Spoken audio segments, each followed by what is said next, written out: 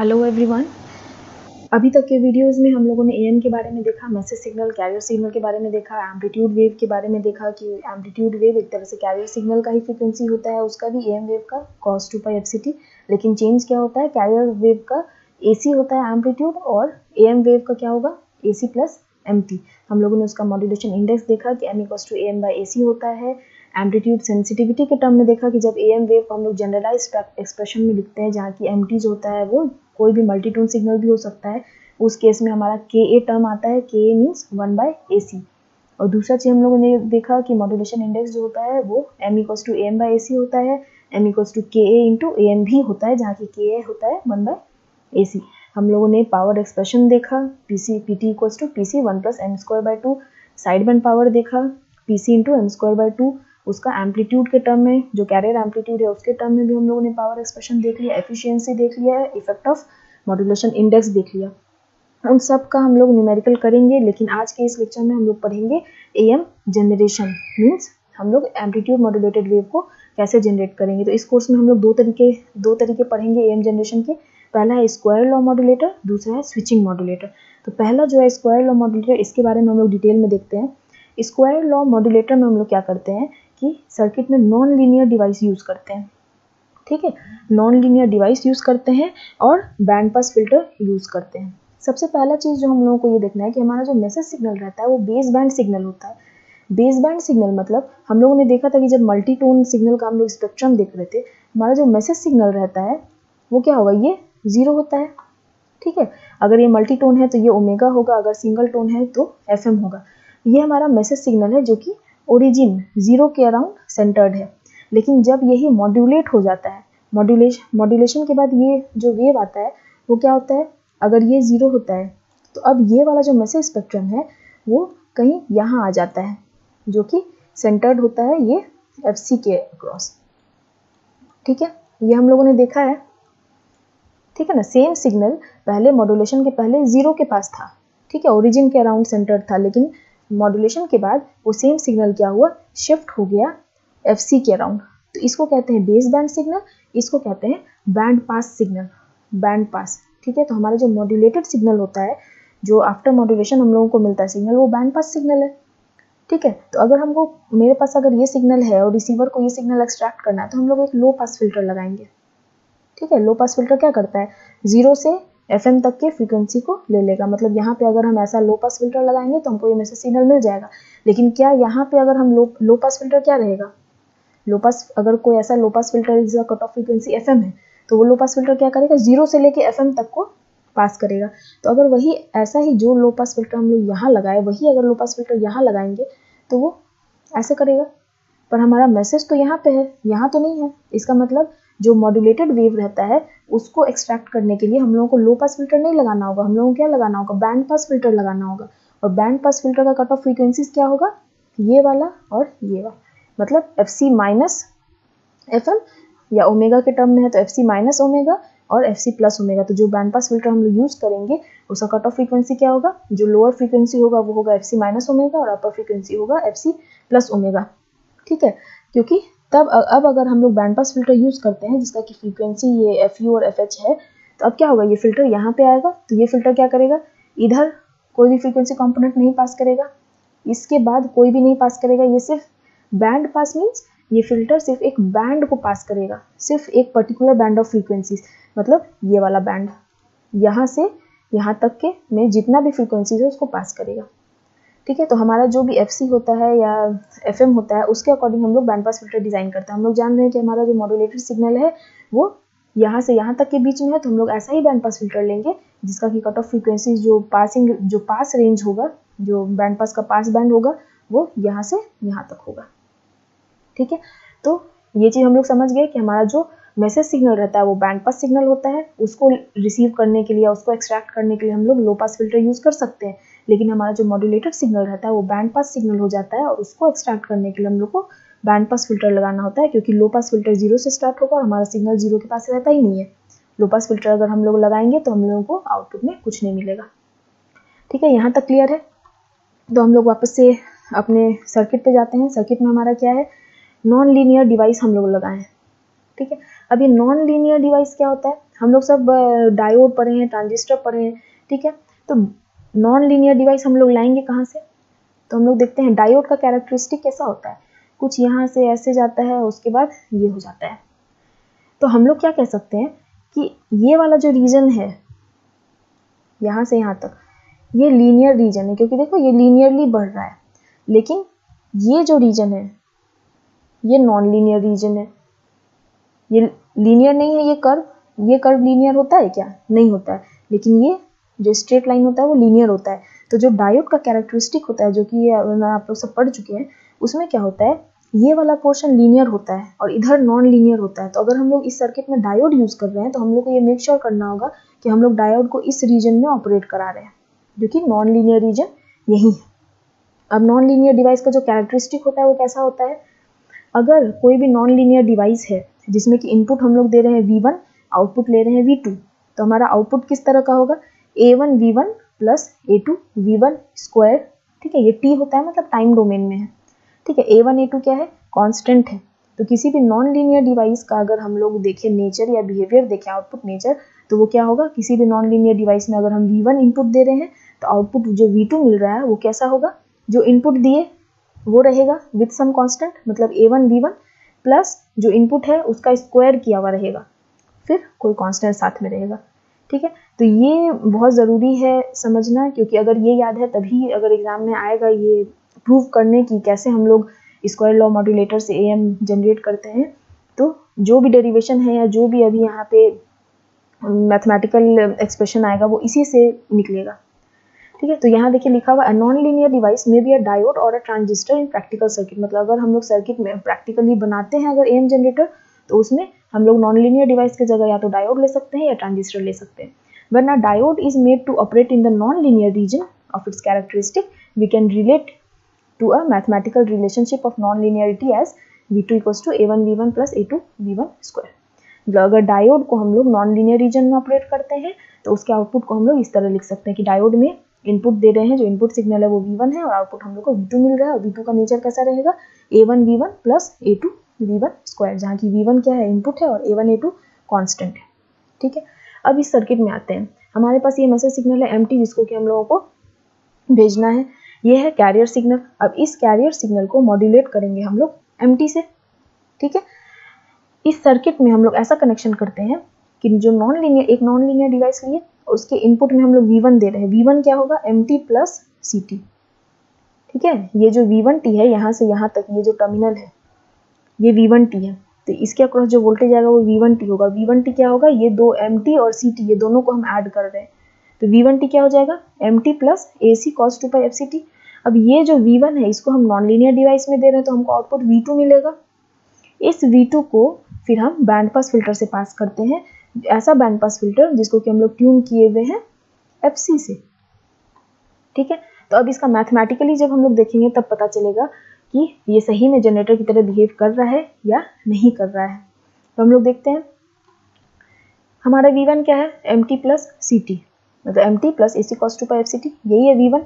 अब इस V1 को हम लोग नॉन लीनियर डिवाइस में दे रहे हैं। नॉन लीनियर डिवाइस का नेचर हम लोग जानते हैं, आउटपुट क्या होगा? V2। V2 कैसा होगा? A1 V1 plus A2 V1 square, तो A1 V1 की जगह ये लिख दिए, प्लस A2 V1 स्क्वायर, मतलब इसका स्क्वायर। अब A1 इसका ब्रैकेट हटाएंगे तो A1 MT A1 AC cos 2 pi FCT, A plus B का होल स्क्वायर, उसके फॉर्मूला पे इसको तोड़ लेंगे तो ये आ जाएगा। अब अगर देखें तो A1 MT A1 AC cos 2 pi FCT, इसको मल्टीप्लाई करेंगे A2 M square T plus A2 AC square cos square 2 pi FCT plus 2A2 MT cos 2 pi FCT। ये सिग्नल हम लोगों को मिला V2 पे, ठीक है। V2 पे हम लोगों को ये मिला। अब इसको एक बार रीअरेंज कर लेते हैं। A1 AC cos 2 pi FCT, ये वाला जो टर्म था ये हम लिख दिए पहले, फिर 2A2 MT AC cos 2 pi FCT, इस टर्म को भी हम लोग लिख दिए यहाँ, plus A1 MT plus A2 M square T plus A2 AC square cos 2 pi FCT। अब ये जो V2 है इसको हम लोग भेज रहे हैं बैंड पास फिल्टर के थ्रू, ठीक है। ये जो V2 यहाँ पे आया, देखिए ये जो V2 है, ठीक है। V1 हम लोग देख लिए MT plus AC cos 2 pi FCT, इस V1 को जब नॉन लीनियर डिवाइस में डाले तो हम लोगों को V2 आया। अब इस V2 को हम लोग बैंड पास फिल्टर में डालेंगे तो हम लोग को आउटपुट मिलेगा V0। यही वी नॉट हम लोग का एएम सिग्नल होना है। हम लोग को यही देखना है कि हम लोग को एएम सिग्नल मिलता है या नहीं बैंड पास फिल्टरिंग के बाद। तो अभी हम लोग क्या करेंगे, ये जो रीअरेंज किए थे हम लोग टर्म्स को, इसमें से क्या करेंगे, A1AC इसमें भी है, ठीक है, तो A1AC कॉमन ले लो, cos 2 पाई FCT कॉमन ले लो, मतलब हम लोग को एएम सिग्नल के टर्म्स में हम लोग इसको लिख रहे हैं। A1AC कॉमन लिए 1, मतलब एक तरह से समझो कि ये पूरा टर्म ही हम लोग कॉमन ले रहे हैं, लेकिन इसको अलग अलग लिखे ताकि हम लोग इसको एएम के स्टैंडर्ड फॉर्म में ला सकें। A1AC यहाँ लिख दिए, cos 2 पाई FCT बाद में लिख दिए, और यहाँ पे बच क्या गया, इसके जगह तो 1 आ जाएगा, प्लस क्या होगा 2A2 divided by A1 into MT, क्योंकि AC तो यहाँ पे है ही, ठीक है। बेसिकली इन दोनों में से हम लोग ये वाला टर्म पूरा कॉमन ले लिए और तब ये एएम सिग्नल आ गया। ये खुद से करके देखना है, ये हो जाएगा। A1AC cos 2 पाई FCT हम लोग कॉमन ले रहे हैं, तो अगर एक साथ कॉमन लेंगे तो क्या हो जाएगा, 1 plus 2A2 MT AC cos 2 pi FCT divided by A1AC cos 2 pi FCT, ठीक है। अब इसी में से हम लोग A1AC एक बार ब्रैकेट के पहले लिख रहे हैं, बाद में cos 2 पाई FCT लिख रहे हैं ताकि ये एएम सिग्नल देखने में लगे। बाकी क्या बच गया, A1MT A2M2T A2AC square cos 2 पाई FCT। अब हम लोग ये क्या कर रहे हैं, एएम जनरेटर है, हम लोग को एएम सिग्नल चाहिए, तो हमारा एएम सिग्नल तो यही है ना, यहाँ पे ये वाला एएम सिग्नल तो ये है, क्योंकि एएम सिग्नल हमारा किस तरह होता है, AC 1 plus KA MT cos 2 पाई FCT। तो हम लोग जान रहे हैं कि एएम सिग्नल का जो इन्वेलप है वो हो गया A1AC, यहाँ पे AC की जगह A1AC है, A1 कांस्टेंट है। बाकी ये है मैसेज सिग्नल, ये मैसेज सिग्नल का स्क्वायर, ये कैरियर सिग्नल का स्क्वायर, तो ये तीनों टर्म तो हम लोग को चाहिए ही नहीं, ठीक है। ये नहीं चाहिए, ये नहीं चाहिए, ये नहीं चाहिए, हम लोग को चाहिए क्या यहाँ पे, सिर्फ एएम सिग्नल, ठीक है। तो ये सिग्नल है जो कि बैंड पास फिल्टर के हम लोग को आउटपुट में मिलेगा। बैंड पास फिल्टर क्या करेगा, FC में सेंटर्ड है बैंड पास फिल्टर, और वो सिर्फ एएम सिग्नल वो पास करेगा, ठीक है। तो हमारा जो फाइनल आउटपुट आएगा वो ये आएगा, जो कि एक एएम सिग्नल है। तो हम लोग ये जान गए कि ये जो सर्किट है वो बिहेव करेगा एएम जनरेटर की तरह। इसमें हम लोग क्या किए, MT प्लस CT दिए, MT प्लस CT को नॉन लीनियर डिवाइस में दिए। नॉन लीनियर डिवाइस का जो नेचर है वो याद रखना है बस। एग्जाम में अगर आता है तो सबसे पहले क्या करना है, MT प्लस CT करेंगे, उसको नॉन लीनियर डिवाइस में देंगे। अब नॉन लीनियर डिवाइस का कैरेक्टरिस्टिक याद रखना है कि A1V1 प्लस A2V1 स्क्वायर, ठीक है। तो उस पर बस हम लोग ये करते जाएंगे, उसको रीअरेंज करेंगे ताकि एएम सिग्नल दिख पाए। ये जो बैंड पास फिल्टर है वो सिर्फ एएम सिग्नल को पास करेगा, जो कि हम लोग को V0T में मिलेगा। बाकी जो अनवांटेड जो मैसेज सिग्नल था A1MT और M2T, ये सबको ये बैंड पास फिल्टर पास नहीं करेगा, ठीक है। तो वही लिखा हुआ है यहाँ पे, all modulator signal become band pass signal, band pass filter extract the desired frequency from different frequency component at the output. Band pass filter का काम यही है कि वो एक पर्टिकुलर फ्रीक्वेंसी बैंड को ही बस पास करता है, बाकी को नहीं करता है। अब यहाँ पे हम लोग लीनियर नॉन लीनियर डिवाइस क्यों यूज कर रहे हैं, लीनियर डिवाइस क्यों नहीं यूज करिए, इसमें if we use linear device then there will be linear addition. अगर हम लोग नॉन लीनियर डिवाइस नहीं यूज करके लीनियर डिवाइस को ऐसा यूज करते तो क्या होता है कि अगर मेरा मैसेज सिग्नल है ये और कैरियर सिग्नल है इस तरीके से, ऐसे ही हम लोग लिए MT और CT, अगर लीनियर डिवाइस यूज करते तो हमारा जो एडिशन होता वो लीनियर एडिशन होता, मतलब AM के जगह हम लोग को कुछ इस तरह का वेव मिलता, ये वाला। ऐसा वेव तो हम लोग को नहीं चाहिए ना, हमारा एएम सिग्नल किस तरीके का होता है, इस तरीके का कुछ होता है, यहाँ पे कैरियर रहता है, ठीक है। लेकिन अगर लीनियर डिवाइस यूज करते तो हम लोग को कुछ इस तरह का सिग्नल मिलता है, जो कि हम लोग को नहीं चाहिए, ठीक है। अब the square term in the input is able to give two sideband LSB and USB, hence called square law modulator. अब हम लोग को एएम में साइडबैंड कैसे मिलता है, ये जो स्क्वायर टर्म आता है ना यहाँ पे, ये वाला MT AC cos 2 पाई FCT, इसी टर्म से हम लोग को साइड बैंड मिलेगा। कैसे, MT की जगह अगर हम AM cos 2 पाई FMT डालें तो ये क्या हो जाएगा, इसमें दो cos आ जाएगा, cos 2 पाई FMT और cos 2 पाई FCT। तो cos A cos B का फॉर्मूला लगाएंगे तो cos A प्लस B मतलब FM plus FCT plus cos A minus B मतलब 2 पाई FM माइनस FCT। तो साइड बैंड आ गया। तो साइड बैंड वाला टर्म सिर्फ MT और CT जहाँ पे मल्टीप्लाई होता है वहीं पे आता है, ठीक है। तो ये हो गया स्क्वायर लॉ मॉड्यूलेटर। नेक्स्ट जो हम लोग का मॉड्यूलेटर है वो है स्विचिंग मॉड्यूलेटर। स्विचिंग मॉड्यूलेटर में हम लोग क्या करते हैं, हमारे पास एक डीसी सोर्स है, ठीक है, एक स्विच है हमारे पास, ठीक है, और एक टैंक सर्किट हम लोग लेते हैं LCR। LCR का काम क्या है, कैरियर सिग्नल जनरेट करना, एक ऑसिलेटर लोकल ऑसिलेटर का काम जो होता है, ठीक है। LCR सर्किट जो है एक टैंक सर्किट की तरह बिहेव करता है, लोकल ऑसिलेटर की तरह बिहेव करता है और कैरियर सिग्नल जनरेट करता है, मतलब CT जनरेट करता है। इसके बारे में जो लास्ट सेमेस्टर में ऑसिलेटर के बारे में आप लोगों ने बहुत पढ़ा है। तो हमारा ऑसिलेटर क्या करता है, DC को AC में कन्वर्ट करता है, ये भी जानते हैं ऑसिलेटर। तो स्विच S में बी अ ट्रांजिस्टर और अ diode in a practical circuit. ये जो स्विच है ये डायोड भी हो सकता है, ट्रांजिस्टर भी हो सकता है। आप लोग जानते हैं कि हम लोग डायोड को भी स्विच की तरह यूज कर सकते हैं। जब वो फॉरवर्ड बायस होगा तो डायोड ऑन स्विच की तरह काम करेगा, जब रिवर्स बायस होगा तो वो ऑफ की तरह काम करेगा। ट्रांजिस्टर को भी हम लोग स्विच की तरह काम कर सकते हैं अगर हम लोग उसको सैचुरेशन रीजन में और कट ऑफ रीजन में ऑपरेट कर रहे हैं। अगर ट्रांजिस्टर कट ऑफ रीजन में काम कर रहा है तो वो ऑफ स्विच की तरह बिहेव करेगा, अगर सैचुरेशन में काम कर रहा है तो वो ऑन की तरह बिहेव करेगा। ठीक है, तो नेक्स्ट हम लोग का जो V0T होगा वो क्या होगा, V cos 2 pi FCT, क्योंकि ये हमारा टैंक सर्किट है। ठीक है, हम लोग इसको V जो DC वोल्टेज है V दे रहे हैं। टैंक सर्किट क्या करेगा, इस DC वोल्टेज के कॉरेस्पॉन्डिंग AC वोल्टेज प्रोवाइड करेगा। ठीक है, तो जो हमारा V0T होगा टैंक सर्किट का आउटपुट वो क्या हो जाएगा, V cos 2 pi FCT। अब switch S must be periodically open and close at time 1/FC। ये तो AC में होगा, बदल जाएगा, लेकिन किस फ्रीक्वेंसी का सिग्नल देगा वो तो हम लोगों को सोचना होगा। तो हम लोग को कैरियर सिग्नल जनरेट करना है। कैरियर सिग्नल का फ्रीक्वेंसी क्या होता है, FC। इसीलिए हम लोग ये जो स्विच है उसको 1/FC टाइम में ऑन ऑफ करते हैं। 1/FC मतलब T मतलब 1/FC टाइम्स ये जो सेकंड है, अगर इसको फ्रीक्वेंसी में देखें तो FC मतलब 1 सेकंड में ये switch FC bar on off होगा। तो अगर FC बार ऑन ऑफ हो रहा है तो ये जो DC सिग्नल है ये इस सर्किट में एक बार आएगा फिर ऑफ होगा, फिर आएगा फिर ऑफ होगा। ठीक है, तो ये DC सिग्नल इस सर्किट में कितने बार आएगा, 1 सेकंड में FC बार। ठीक है, तो FC बार आएगा तो ये जो AC सिग्नल जो आउटपुट में हम लोगों को मिलेगा उस सिग्नल का फ्रीक्वेंसी कितना होगा, FC ही होगा। ठीक है, फ्रीक्वेंसी मतलब क्या होता है, नंबर ऑफ सैंपल्स पर सेकंड। तो अगर हम इस स्विच को FC बार बंद ऑन ऑफ कर रहे हैं 1 सेकंड में, तो उसी के हिसाब से ये जो V है जो DC सिग्नल है वो भी इस टैंक सर्किट में कितने बार पहुंचेगा, 1 सेकंड में FC बार पहुंचेगा। एक बार पहुंचेगा फिर रुकेगा, एक बार पहुंचेगा फिर रुकेगा। तो इसके हिसाब से जो हमारा जो आउटपुट AC सिग्नल जो क्रिएट होगा उसका फ्रीक्वेंसी होगा FC और वोल्टेज क्या हो जाएगा, V।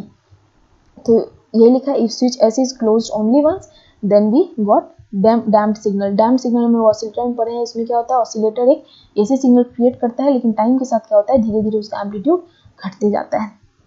ठीक है, when message signal is also connected with DC source V, the output of जो LCR सर्किट है वो कैसा होगा, कुछ इस तरीके का।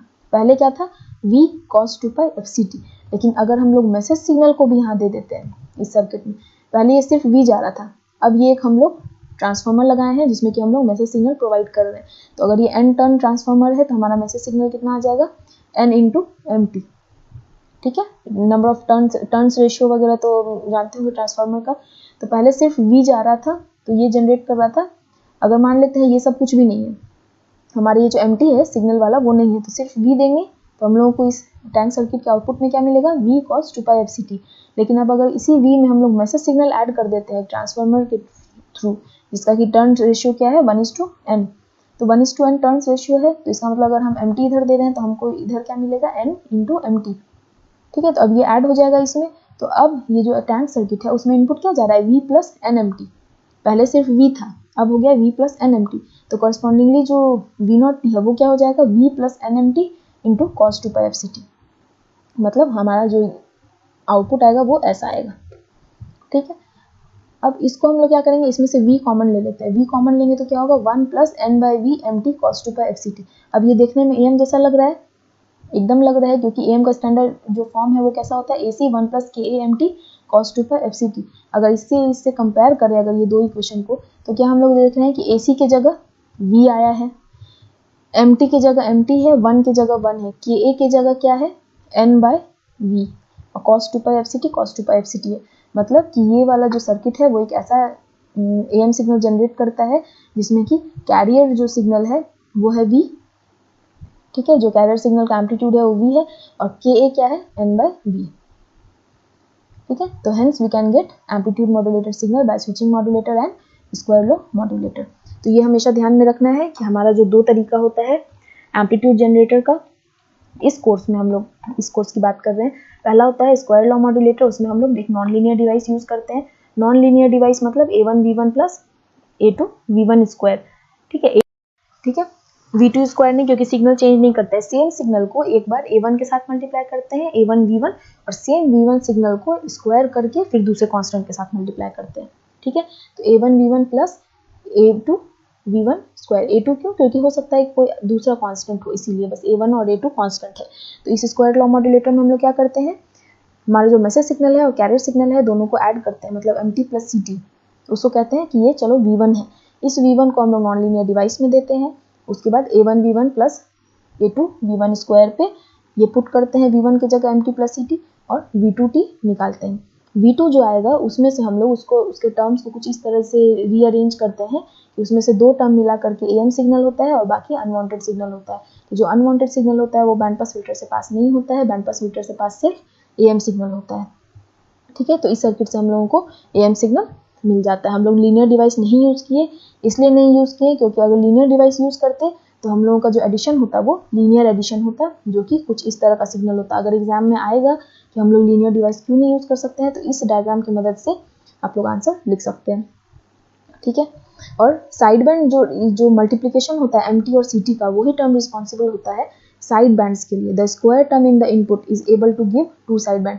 स्क्वायर टर्म है तभी हम लोग इसको A plus B whole square के टर्म में ब्रेक किए, तभी MT इंटू CT हुआ। अगर स्क्वायर टर्म नहीं होता तो हमारा मैसेज और कैरियर मल्टीप्लाई नहीं होता, सिर्फ ऐड होता। स्क्वायर टर्म है इसीलिए A square plus B square plus 2AB हुआ, इसीलिए MT इंटू CT हुआ, और ये दो सिग्नल जब मल्टीप्लाई होगा तभी FM प्लस FC और FM माइनस FC वाला फ्रीक्वेंसी कॉम्पोनेंट आएगा, ठीक है। तो हम लोगों ने देखा V2T क्या हो जाएगा, A1V1 प्लस A2V1 स्क्वायर। ये सब करके हम लोग टर्म रीअरेंज करेंगे।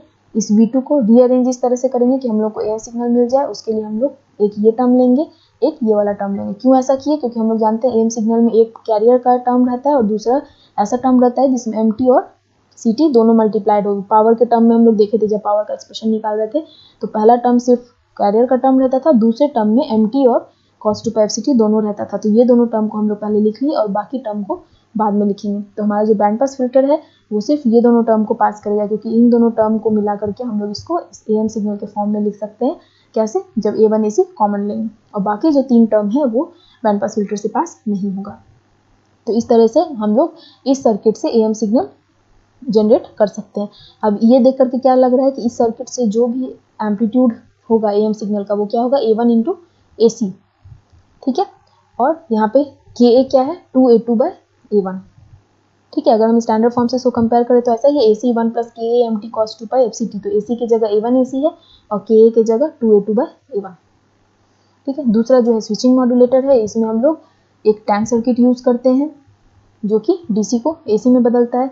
तो जब हम लोग मैसेज सिग्नल नहीं देते हैं, सिर्फ V दे रहे हैं, तो वो क्या जनरेट करेगा, V cos 2 pi FCT। cos 2 pi FCT, ये FC कहाँ से आया है, क्योंकि ये जो स्विच है उसको हम लोग बार बार ऑन ऑफ कर रहे हैं, कितने बार, 1 सेकेंड में FC बार, ताकि मेरा जो फ्रीक्वेंसी ऑफ ऑसिलेशन जो यहाँ पे आया वो FC आए।